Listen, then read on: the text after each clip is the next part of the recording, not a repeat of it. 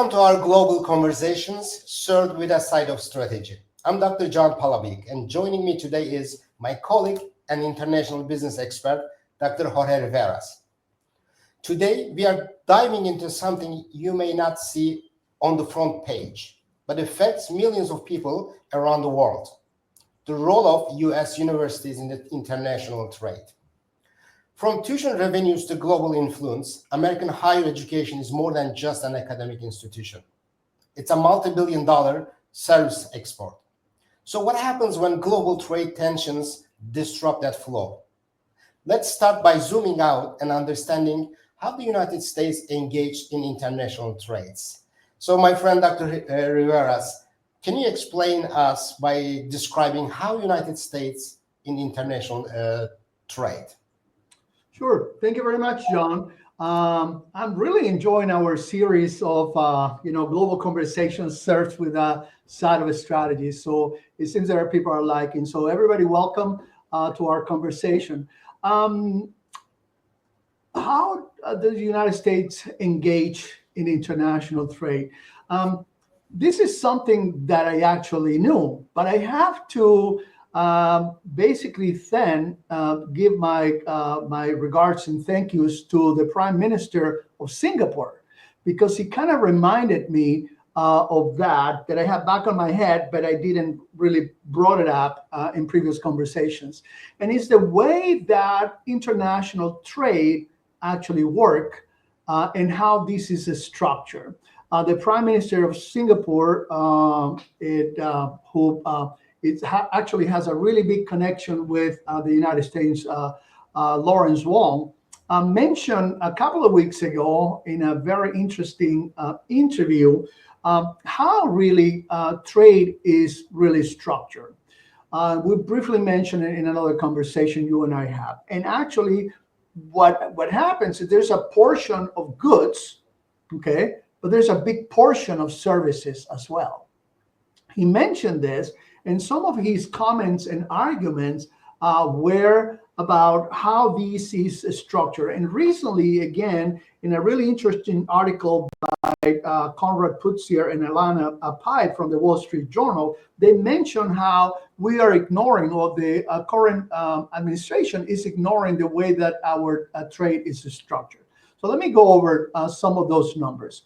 So yes, we indeed have a big deficit on trade on products, but we do have a surplus on services, which was part of the argument of Prime Minister Wong, because he says, yes, if you have a big trade surplus, but you have a deficit, you're putting on tariffs and you're creating this trade war. Our administration, our president and the government is creating a trade war, maybe justifiably, that you need to look into why these trade imbalances exist. And we need to look, and I support looking into why we have an imbalance.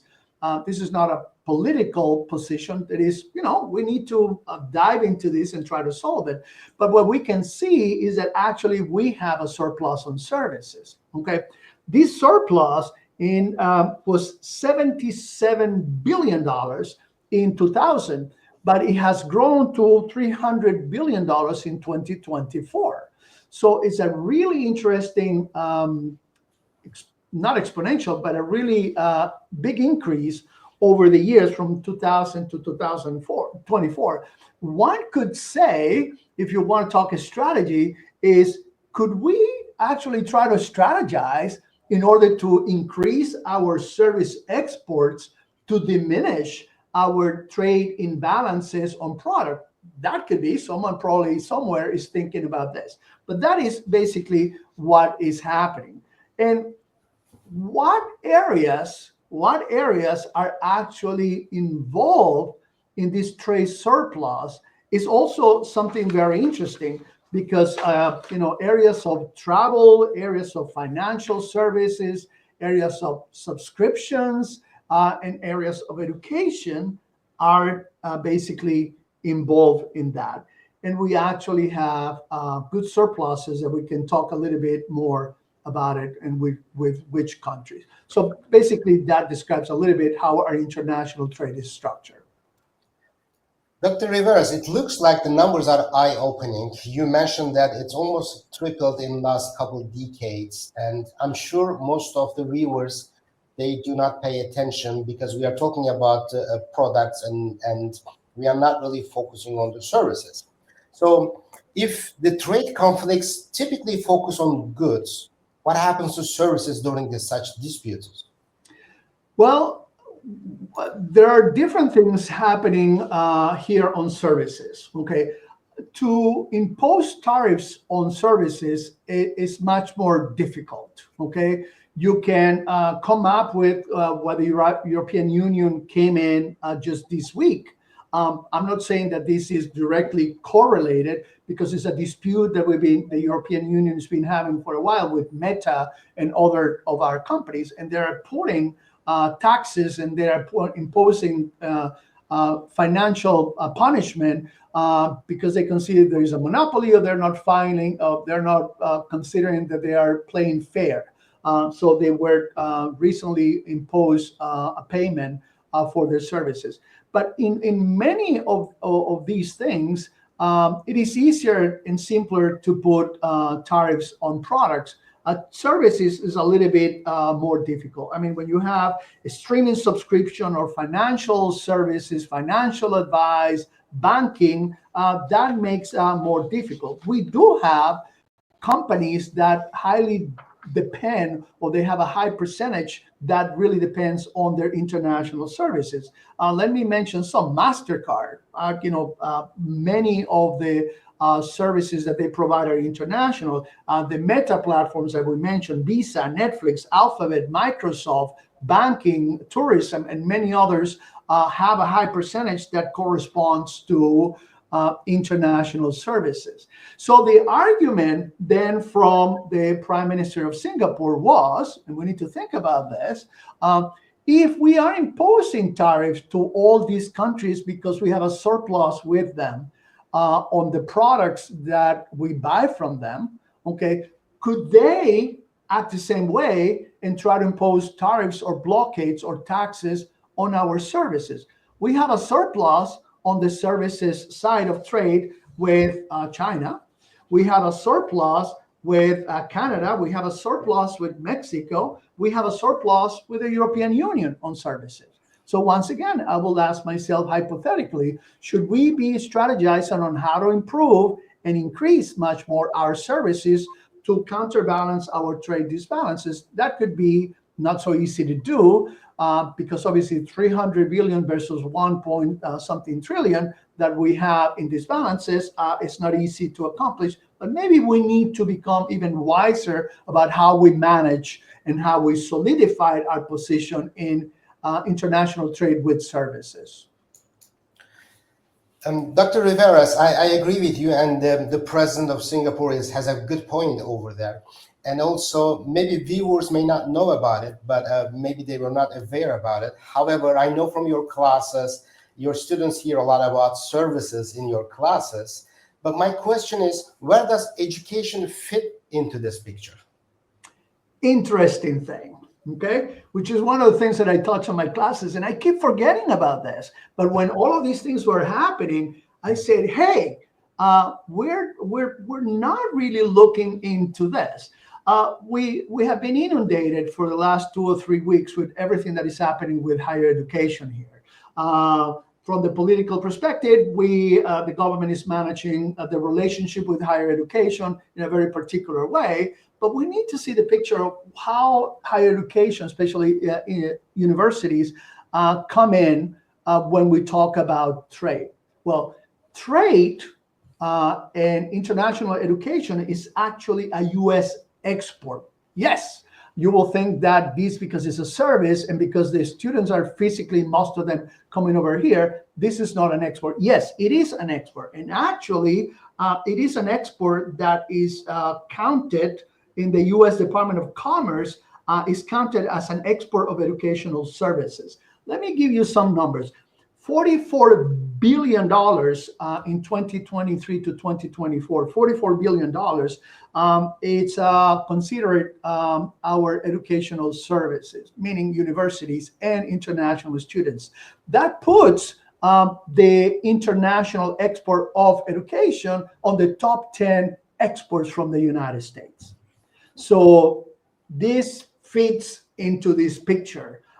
So now if you consider that all these international students have a $44 billion impact and they are considered expert, imagine then not only the contributions that they represent as an export, but the multiplier economic effect of these international students. Well, I'm sure that they will see the effect, but just to make it clear to our viewers, what's currently happening with American universities in the context of international trade tensions? Okay, well, the situation, there's different things happening, okay? For political reasons or for the reasons, whatever reasons that we're not really going to analyze, because that's not the topic of this conversation, universities are at the center of discussion with the current administration, okay? But several things are happening, whether they consider that they may be intervention in the way that they operate, but much more importantly, how the international students are in the center of this discussion. Many international students have seen their visas canceled. Okay, I'm not going to discuss the rationale for the cancellation of the visas, whether the administration is right, well, the protest, the free speech, that's beyond the scope of what we're discussing here. We're not having a political discussion. But what certainly is happening, okay, is that our universities have a large portion of students that are international. So let's look at some numbers. From the top 10 universities in the United States, our universities here in the Boston area where we're located, two of them, Northeastern University is number 2 in the country. Boston University is in the top 10 as well in number of students. Now, if we look at the percentage of students in our universities, obviously Harvard is right there, Brandeis University is there, and many others are also there. So what is happening here is that our American universities are receiving a lot of international students that they pay higher tuitions to come here, but they also contribute as an export to the economy. And again, the impact in the multiplier effect that each one of them have in their communities, which is basically critical. Many of our universities also, as we know, receive funding for research. So, and the percentage of students that we have in the STEMs is a staggering 56% on STEMs are international students. 56%. So what that means, if many of these students get scared or they decide not to come into the United States for whatever reason that they're seeing, that they don't feel safe or whatever other reasons, many of these institutions will be highly impacted. Many of the research done by international students will be impacted. Many of the economic benefit that these international students will have in the communities will be impacted. Just think about this. In the area of Boston alone, the international students represent a $3 billion impact, according to some research that has been published last year.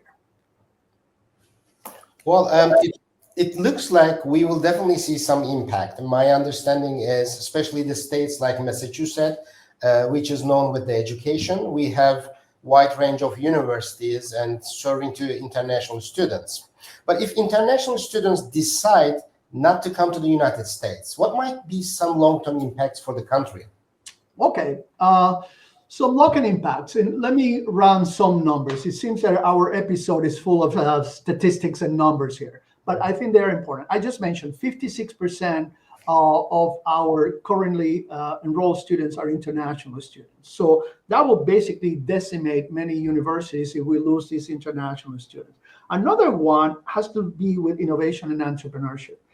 25% of the US billion-dollar startup were founded by former international students.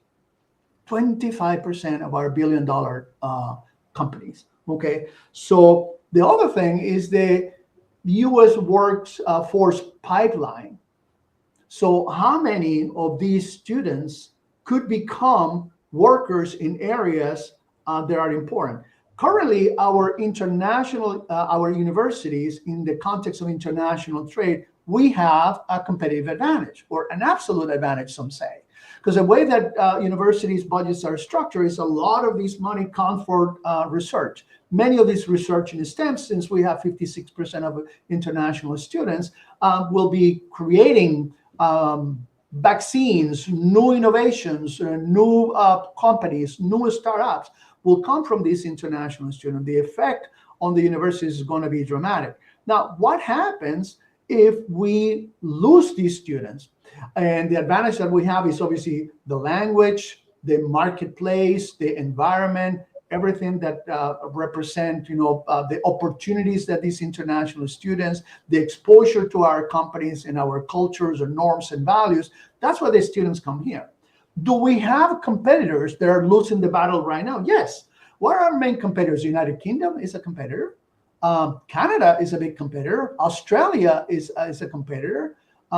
We can have the Netherlands, France could come up in Germany to gain a stronger position in the competition of trying to gather more international students. And again, this is a budget issue. This is the survival for many towns. There are some towns, just think for a minute, how many university towns exist in the United States? How many small town America is located or functions around the economy of a university?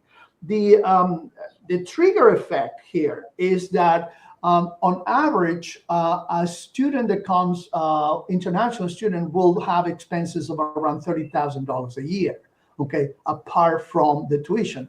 So we're talking about rent, we're talking about food, hospitality, which is your area, restaurants, museums, travel, all of these things.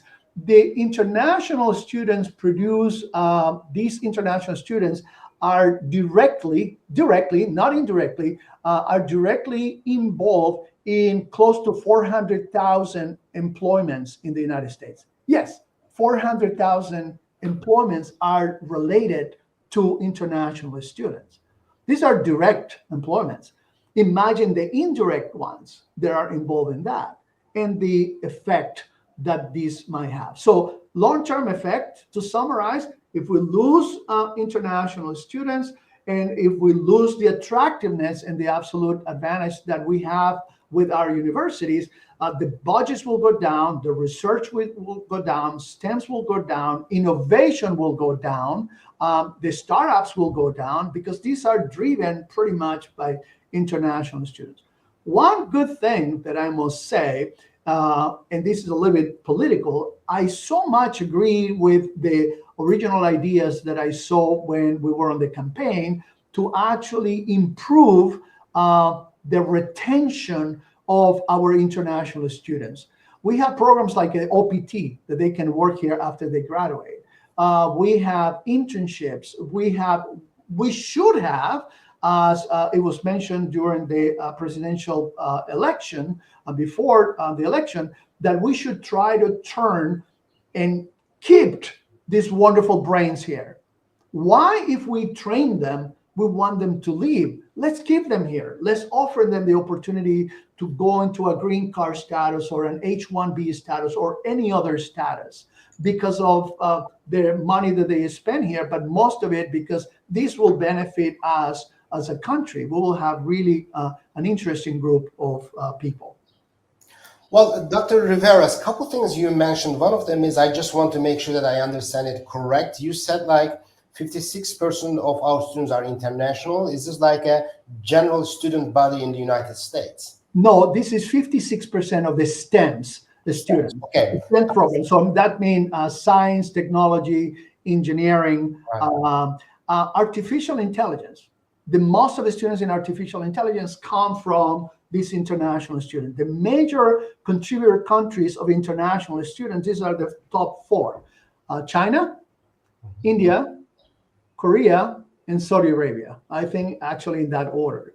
So if we change that, we're going to be losing international students. But not only that, we need to think of how much is going to be that we're going to be losing in terms of potential new invention, potential new companies, potential new growth in the economy by having these brilliant minds. I still remember when I did my PhD. My PhD is in international business with strategy and marketing. I have a couple of colleagues now that they were from India. They were brilliant, and they couldn't stay in the United States after they did the master's or the PhD here, and they have to go back to India. They kind of also what Joseph Nye mentioned in his 1990, I believe, book about soft power. Okay, and this is a really interesting concept of the soft power. We are going into a more multipolar world these days. The power that the United States had, unipolar, the only one that has economic and military power, and that's what defines a superpower. Okay, now we have these superpower share with China and others much more. The military strength of China, the innovation, the growth of their economy, put it at closer to what we have. Although our GDP is $27 trillion and theirs is lower, still there's a lot of movement on these things. So what happens here is soft power, which going back to what Nye mentioned in the 90s and that we still use. We started talking about the Prime Minister of Singapore. The Prime Minister of Singapore, actually, his bachelor degrees in Wisconsin. And then he went and did a master's degree then in Michigan and then in Harvard University. This is a connection that we're creating with many of these brilliant minds and people in position of power all over the world. The relationship that we have created from now my students in my classes, now they go back to their country, some of them, I wish I could keep them all, is that we are creating that soft power thanks to education. Not hard power, soft power in the arts, in education, but especially in education, we were talking about education. It will be simpler for us to negotiate, to come to an agreement with someone that spent, a decade studying here in the United States, understands our norms and values, and many of them admire our norms and values and culture. I agree with you. I would love to work with the bright minds together instead of competing with them. And if we don't keep them here, I'm sure those 4 top countries you mentioned, they will enjoy to invite them to their market, their countries. But I agree with you again. We all enjoy to work with all these bright minds in the United States. It is a huge advantage for us, and we don't want to lose that advantage. You mentioned about some college cities in the US. I also had my PhD in one of those cities. I had my PhD in Texas Tech University, and in the city, 1 out of 5 people was the student. So if you look at the number, the city was running on the college and university, and majority of the students were international. And that was a really great environment to learn and improve together. And one more thing that I will add, your statistics. I know you like the statistics and you want to see the world with the numbers, but we all know that our GDP in the world will increase at least more than 10% with the AI in the entire world. And those 4 countries, we expect that more than half of this GDP will go those 4 countries. So we want to stay in those 4 countries, actually lead these countries, and hopefully get more GDP compared to world. But again, Dr. Riveras, thank you very much for your thoughtful insights and global perspective. As we have seen, international trade isn't just about goods crossing the borders. It's about ideas, people, and institutions too. For those of us in higher education, this conversation reminds us that we are not just educators. We are participants in the global economy. Stay tuned for more conversations in our Global Conversations served with a Side of Strategy series. Thank you, John, for your invitation. Thank you very much, and see you next week. See you next time.